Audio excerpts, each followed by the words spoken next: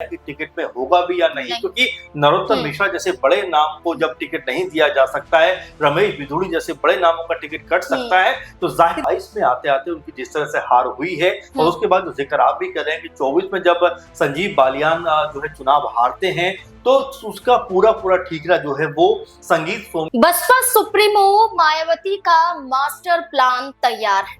2027 में समाजवादी पार्टी और भारतीय जनता पार्टी को कैसे पछाड़ना है, इसके लिए मायावती तैयार हो चुकी है। एक तरफ तो मायावती न सिर्फ दलितों, मुस्लिमों या पिछड़े वर्गों के सहारे राजनीति करना चाहती है, बल्कि इनको साथ लेकर अब ब्राह्मण वर्ग को भी साथ लाने की कोशिश कर रही है। इस बीच में उतारे गए प्रत्याशी से भी अंदाजा लगाया जा रहा है कि मायावती की सोच 2027 के विधानसभा चुनाव से पहले कहां तक पहुंच चुकी है। वो सोच जिसको पकड़ पाना भारतीय जनता पार्टी और समाजवादी पार्टी के लिए कहीं ना कहीं मुश्किल तो हो रहा है, क्योंकि जहां अभी से चुनावी तैयारियों में मायावती और उनकी पार्टी बसपा लग गई है, वहीं दूसरी तरफ बीजेपी और समाजवादी पार्टी में खींचतान कम नहीं हो रही। क्या मायावती के एक फैसले से सपा और बीजेपी दोनों टूटने के कगार पर पहुंच सकती हैं? क्या बसपा की तरफ बीजेपी के कुछ चेहरे, समाजवादी पार्टी के कुछ चेहरे पहुंच सकते हैं? ऐसा किस लिए कहा जा रहा है? ऐसा एक फैसले के आधार पर कहा जा रहा है। दरअसल मेरठ की सरधना विधानसभा सीट पर मायावती ने अपनी पार्टी से प्रत्याशी का ऐलान कर दिया है। प्रत्याशी का नाम है वितिन भराल। इस चेहरे के जरिए जाट, गुर्जर, मुस्लिम वोट को साधने की कोशिश में जो मायावती थी, इसमें मजबूत नजर आ रही है। इसी सीट से समाजवादी पार्टी के विधायक हैं अतुल प्रधान, जिनको लेकर आगामी चुनाव में इसी चेहरे को रिपीट करने की चर्चा चल रही है। दूसरी तरफ बीजेपी से संगीत सोम है, जिनको लेकर चर्चा है कि टिकट मिलेगा भी या नहीं। ऐसे कई बड़े सवाल हैं, लेकिन मायावती के एक प्रत्याशी उतारने से क्या कुछ बदल सकता है सरधना पर और बीजेपी और समाजवादी पार्टी के अंदर, इस पर चर्चा करेंगे। वरिष्ठ सहयोगी अमन जी हमारे साथ मौजूद है। सर बहुत बहुत स्वागत है आपका।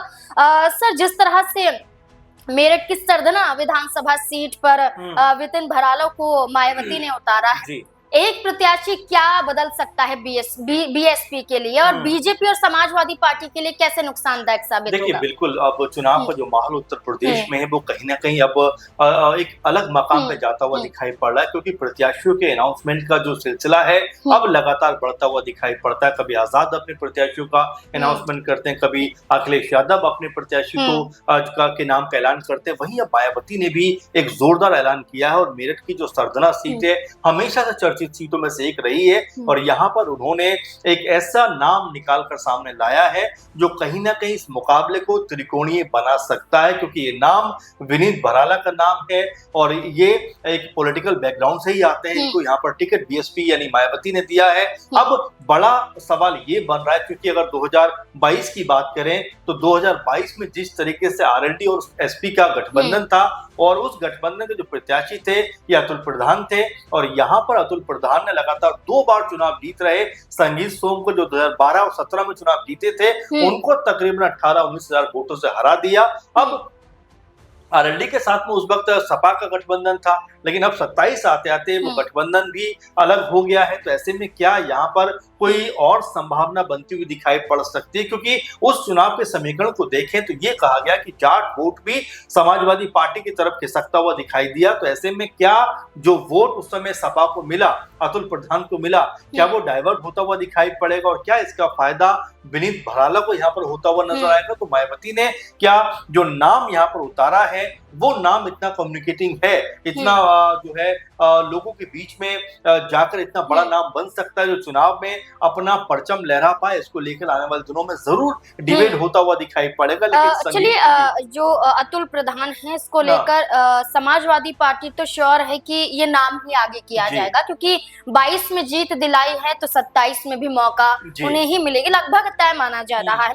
लेकिन बीजेपी नेता संगीत सोम को लेकर क्या कहना है? क्या टिकट मिल पाएगा, या फिर जिस तरह से 2022 में उन्हें हार का सामना करना पड़ा है और जिसके बाद जो लोकसभा का चुनाव होता है इसमें संजीव बालियान जिस तरह से आरोप उन पर लगाते हैं, हार का ठीकरा फोड़ते हैं, क्या इस वजह से टिकट कट जाएगा? बिल्कुल, और पहली बात तो यह है कि लगातार 2 बार चुनाव वो जीते हैं, 2012 और 17 में, लेकिन 22 में आते आते उनकी जिस तरह से हार हुई है और उसके बाद जो जिक्र आप भी कर रहे हैं कि 24 में जब संजीव बालियान जो है चुनाव हारते हैं तो उसका पूरा ठीकरा जो है वो संगीत सोम के ऊपर जो है फोड़ते हुए दिखाई पड़ते हैं कि भाई आपकी वजह से मैं चुनाव हारा हूं।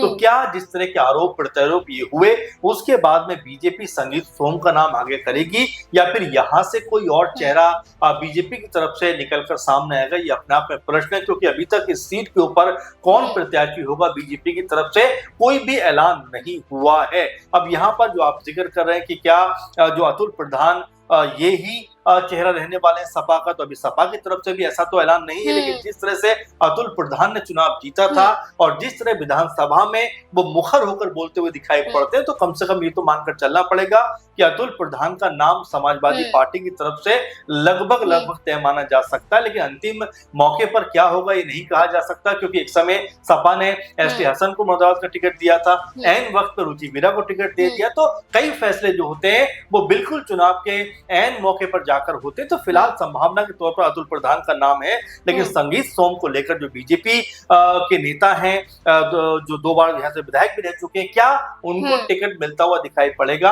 अपने आप में ये देखने वाली बात होने वाली। सर, एक तरफ मायावती हैं जो सरकार को घेर रही हैं, जिसमें मुद्दे हैं कि वंदे मातरम का ये बड़ा टॉपिक जिसको लेकर कहा जा रहा है कि इस पर राजनीति नहीं होनी चाहिए, ये एक बड़ा मुद्दा नहीं है जिसको लेकर तमाम उन मुद्दों को दरकिनार कर दिया जाए जो शिक्षा से जुड़े हुए हैं, रोजगार से जुड़े हुए हैं, गरीबी से जुड़े हुए हैं, किसानों से जुड़े हुए हैं। इन तमाम मुद्दों को दरकिनार करना सही नहीं होगा और स्कूलों की जो हाल है उत्तर प्रदेश में उसको लेकर सरकार पर आरोप लगाती हैं कि स्कूलों पर ध्यान दिया जाए, बच्चों पर ध्यान दिया जाए, किस तरह से बच्चे आज प्रदर्शन कर रहे हैं। बीएसपी योगी सरकार पर हमलावर है तो वहीं दूसरी तरफ बीजेपी नेता संगीत सोम मायावती की तारीफ करते हैं कि आप जो मुद्दे उठा रही हैं या विपक्ष पर जिस तरह से हमला कर रही हैं ये एकदम सही तरीका आप अपना रही हैं, क्योंकि आप जो बोल रही हैं सच बोल रही हैं, ईमानदार हैं आप, इस तरह की बयानबाजी नजर आती है। तो संगीत सोम की राह क्या दिखाई दे रही है कि बीजेपी के साथ रहेंगे या नहीं? जी बिल्कुल सही कहा आपने, क्योंकि कई मौकों पर देखा गया जहां पर उन्होंने मायावती की तरफदारी की है, उनके बयानों का समर्थन किया है। अब इस तरह से जब वो बयान मायावती के पक्ष में देंगे या मायावती के बयानों का समर्थन करेंगे, और जबकि उनका नाम ये भी लग रहा है कि टिकट में होगा भी या नहीं, क्योंकि नरोत्तम मिश्रा जैसे बड़े नाम को जब टिकट नहीं दिया जा सकता है, रमेश बिधूड़ी जैसे बड़े नामों का टिकट कट सकता है, तो जाहिर बात है कि संगीत सोम भी क्या इनसे अलग है, क्योंकि जिस तरह से 22 में चुनाव हारे, 24 में उनके ऊपर आरोप लगे कि उनकी वजह से जो है संजीव बालियान है चुनाव वो हार जाते हैं। ये तमाम सारे मसले अब यहाँ पर मायावती के बयानों की तारीफ करते हुए दिखाई पड़ते हैं। तो बिल्कुल इसमें मुझे लगता है कि संगीत सोम क्या अपना अलग भी रास्ता को इख्तियार कर सकते हैं। हालांकि अभी इसको लेकर कोई पुख्ता जानकारी नहीं है, लेकिन संकेत बहुत कुछ इशारा कर देते हैं। आरएलडी का साथ जुड़ जाना और संगीत सोम का जो टिकट है इस पर अभी तक कोई श्योरिटी ना मिलना, क्या लगता है जिस आरएलडी के बलबूते ये कहा गया कि सपा के अतुल प्रधान जीत पाए क्योंकि जाट गुज्जर वोट बैंक उन्हें मिला, तो क्या लगता है कि अब बीजेपी के साथ जुड़ गए हैं तो आरएलडी अपने प्रत्याशी की मांग नहीं करेगी? बिल्कुल, और ये हो भी सकता है, क्योंकि अगर हम जातिगत समीकरण भी देखें सदना सीट के ऊपर, तो यहाँ पर लगभग 1 लाख जो मुस्लिम प्रत्याशी जो मतदाता नजर आते हैं। ठाकुर वोट की बात करें 60,000 दिखाई पड़ते हैं, जाट 50,000, गुजर 40-50,000, दलित 50,000, तो ये एक आंकड़ा बन भी सकता है जहाँ पर आरएलडी अपनी मांग यहाँ पर करते हुए दिखाई पड़े। चूंकि अभी ये मामला कोई बहुत कह सकते हैं कि अभी रणनीतिक तौर पर निकल के सामने नहीं आया, लेकिन पश्चिम यूपी की बात करें तो वहां पर प्रभाव जो है वो जयंत चौधरी का ज्यादा दिखाई पड़ता है। तो ऐसे में हो सकता है बीजेपी से वो इस सीट के ऊपर दिए जाने की मांग करते हुए दिखाई पड़े, लेकिन अभी इसको लेकर भी कोई बहुत चर्चा नहीं। आने वाले दिनों में जरूर चर्चा होगी। तो क्या ये सीट बीजेपी के पाले में ना जाकर आरएलडी के पाले में चली जाएगी, तो ये भी संभावना बन सकती है। लेकिन फिलहाल देखा जा सकता है कि यहाँ पर जो मुकाबला है वो मुकाबला अब तक जो है सपा और बीजेपी प्रत्याशी के बीच में दिखाई पड़ रहा था, लेकिन अब ये मुकाबला त्रिकोणीय बनता हुआ दिखाई पड़ेगा, क्योंकि बीएसपी ने विनीत भराला को जिस तरह से उतारा है, जिस तरह प्रत्याशी बनाया है, उसके बाद में यहाँ पर जो जातिगत समीकरण है, जो पॉलिटिकल समीकरण बदलते हुए दिखाई पड़ेंगे। अब ऐसे में किसका प्रभाव ज्यादा रहेगा और क्या सपा की तरफ से अतुल प्रधान और क्या बीजेपी की तरफ से संगीत सोमी प्रत्याशी रहेंगे, या यहाँ पर जो चेहरे हैं वो भी बदलते हुए दिखाई दे। बिल्कुल, अब यही देखना होगा कि 2027 से पहले सपा और बीजेपी का क्या